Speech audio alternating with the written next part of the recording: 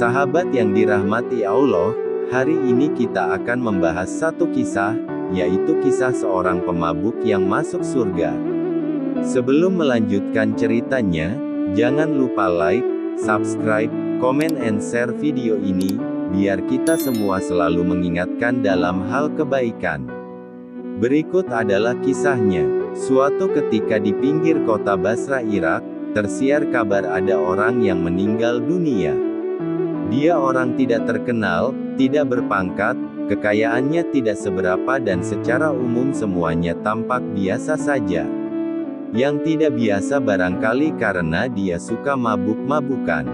Kebiasaan buruknya ini konon membuat orang-orang kampung begitu membenci perilakunya yang diharamkan agama ini. Tersiarnya kabar tewasnya sang pemabuk ini disambut dengan sukacita banyak orang. Yang sedih mungkin cuma istri, anak-anak dan mungkin anjing kesayangannya. Para tetangga dan masyarakat sekitar tempat tinggal bahkan enggan mengurus si mayat karena diyakini dosanya terlalu banyak semasa hidup. Sambil berlinang air mata, si istri mengurus jenazah suaminya seorang diri diaksikan anak-anak. Sayang tubuh si istri ini tidak kuat mengangkat jenazah seorang diri sehingga dia kemudian mengupah orang lain untuk mengangkat dan memindahkan jenazah ke masjid untuk disolatkan. Sayang, umat muslim tidak mau melakukan sholat jenazah. Para ustadz dan santri di sekitar masjid yang biasanya mengaji pun tidak tampak batang hidung mereka. Akhirnya, dibawalah jenazah ke pekuburan di padang pasir untuk disemayamkan. Singkatnya, orang yang dibayar untuk menggotong jenazah sang pemabuk ini pun hampir sampai di pekuburan. Saat melewati sebuah rumah yang berasal dari tanah yang reyot di atas bukit kecil, tiba-tiba terdengar teriakan lantang. "Berhentilah, saya akan mensolatkannya." Para penggotong jenazah pun berhenti dan keluarlah seorang tua renta.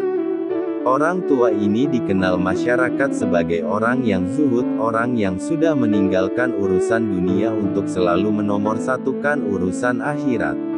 Orang-orang kota yang sejak tadi menyaksikan dari jauh dan para penggotongan jenazah pun heran dengan teriakan si zuhud nyeleneh ini.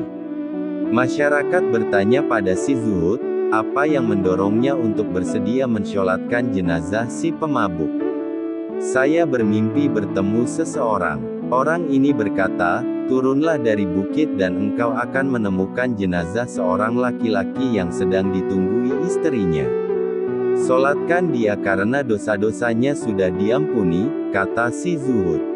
Orang-orang yang selama ini menganggap si zuhud adalah tokoh yang patut diteladani dalam hal kedalaman ilmu tasawuf, kagum dengan penjelasannya. Mereka kemudian bersama-sama mensyolatkan jenazah si pemabuk dan memakamkannya dengan baik sebagaimana saudara-saudara sesama muslim lain yang meninggal dunia. Orang-orang penasaran namun saat akan bertanya mereka sungkan karena takut menyinggung perasaan si istri. Hanya si zuhud yang berani bertanya pada si istri, apakah yang menyebabkan dosa-dosanya diampuni oleh Allah Subhanahu wa Ta'ala, padahal dia suka mabuk-mabukan dan sering melakukan perbuatan yang melanggar syariat agama. Petik 2. Si istri mengaku tidak tahu. Dia kemudian menjelaskan bahwa almarhum semasa hidup memang suka menghabiskan hari-hari di tempat maksiat dan menenggak minuman keras. Pasti ada amalan kebaikan lain yang membuat dosa-dosanya diampuni Allah Subhanahu wa Ta'ala. Coba Anda jelaskan apa amalan yang baik yang dilakukannya, tanya si zuhud. Istri pemabuk mengatakan bahwa ada 3 hal yang selalu dilakukan suaminya saat hidup. Pertama, jika ia sadar dari mabuknya saat subuh maka ia bersuci dan lekas mengganti pakaiannya dan kemudian sholat berjamaah. Kedua, rumah kami selalu dihuni anak yatim yang kami perlakukan sebagaimana anak kami sendiri.